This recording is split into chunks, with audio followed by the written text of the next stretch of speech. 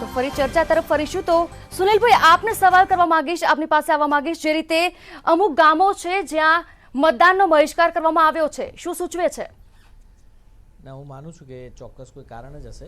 એમને કોઈ મતદાનનો બહિષ્કાર કરે નહીં, અને આ જે કંઈ બી કારણો હશે એની ચોક્કસ નોંધ બી લેશે.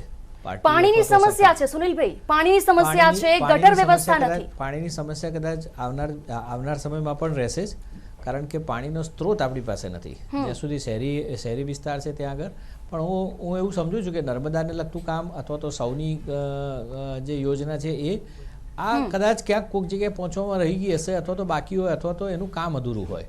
પણ પાણીની જે સમસ્યા છે ગુજરાતમાં કદાચ આવનાર સમયમાં નહીં જ રહે એવું ચોક્કસ, કારણ કે જે રીતે આપણે માળખું આખું તૈયાર થયું છે એટલે.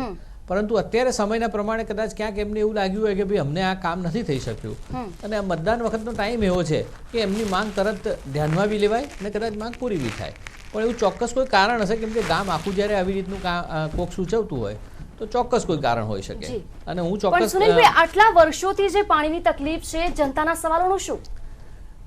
એક બેન કેવું છે કે સમજો કે આપણે જ્યારે ડેવલપ કન્ટ્રીની વાત કરીએ, અમેરિકા છે કે જર્મની છે કે ફ્રાન્સ છે, તો હવે કદાચ આપણે છેલ્લે ક્યારેક એવું બી સાંભળ્યું હોય કે ન્યુયોર્કમાં લાઇટો જતી રહી હતી અને 6 કલાક સુધી જતી રહી હતી. એટલે પ્રક્રિયા કેવી હોય છે કે કોઈ દિવસ ક્યારે પણ કોઈ સ્થળ એવું નથી હોતું, કદાચ ગુજરાત આખું સંપૂર્ણપણે સમૃદ્ધ થઈ ગયું, એમાં કોઈ વસ્તુની જરૂરિયાત રહી જ નથી. એવું થાય તો પછી કોઈની જરૂર જ નહીં રહે, ના કોઈ રાજકારણમાં જરૂર હશે, ના કોઈ બ્યુરોક્રેટની જરૂર હશે, ના કોઈ સમાજની જરૂર હશે.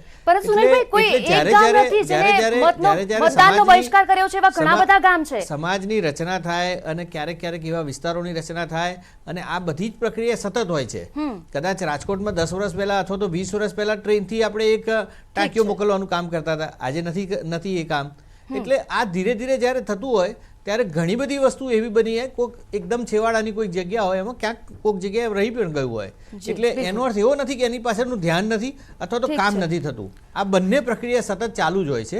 એટલે વિકાસ કેવી વસ્તુ છે અથવા તો ગ્રોથ એવી વસ્તુ છે કે એ ચાલુ રહે છે. જ્યારે પહોંચવાનું હોય ત્યાં પહોંચી શકે. જી ઠીક છે. રસિકભાઈ, આપ જે રીતે સુનિલભાઈ કહી રહ્યા છે મતદાનનો બહિષ્કાર કર્યો, તેના કારણો આપી રહ્યા છે, તેમાં સહમત છો? એ કારણોમાં ઘણા બધા અનેક કારણો ઉમેરવા જેવા પણ છે. દાખલા તરીકે એમને વાત કરી પાણીની, તો સાબરકાંઠા જિલ્લાના ઘણા એવા બધા ગામો છે કે ત્યાં અત્યારે 7 દિવસ અને 4 દિવસે પાણી મળે છે.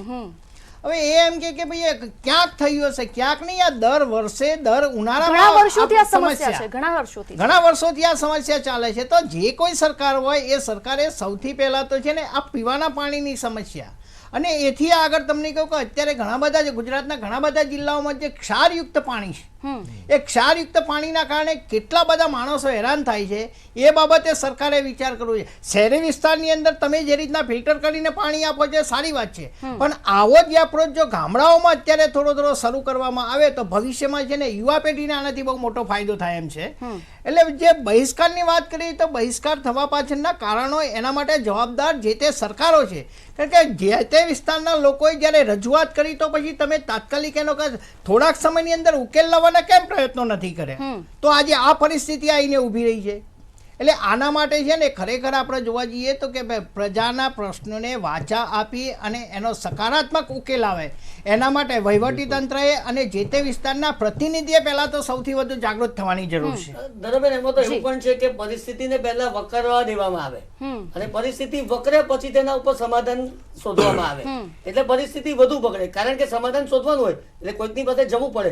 એટલે પછી મેં આ તમારું કામ કરી આપ્યું એવું બતાવવા માટે પણ સમસ્યાને ઘણી દેવામાં નથી આવતું, એવું પણ બને છે.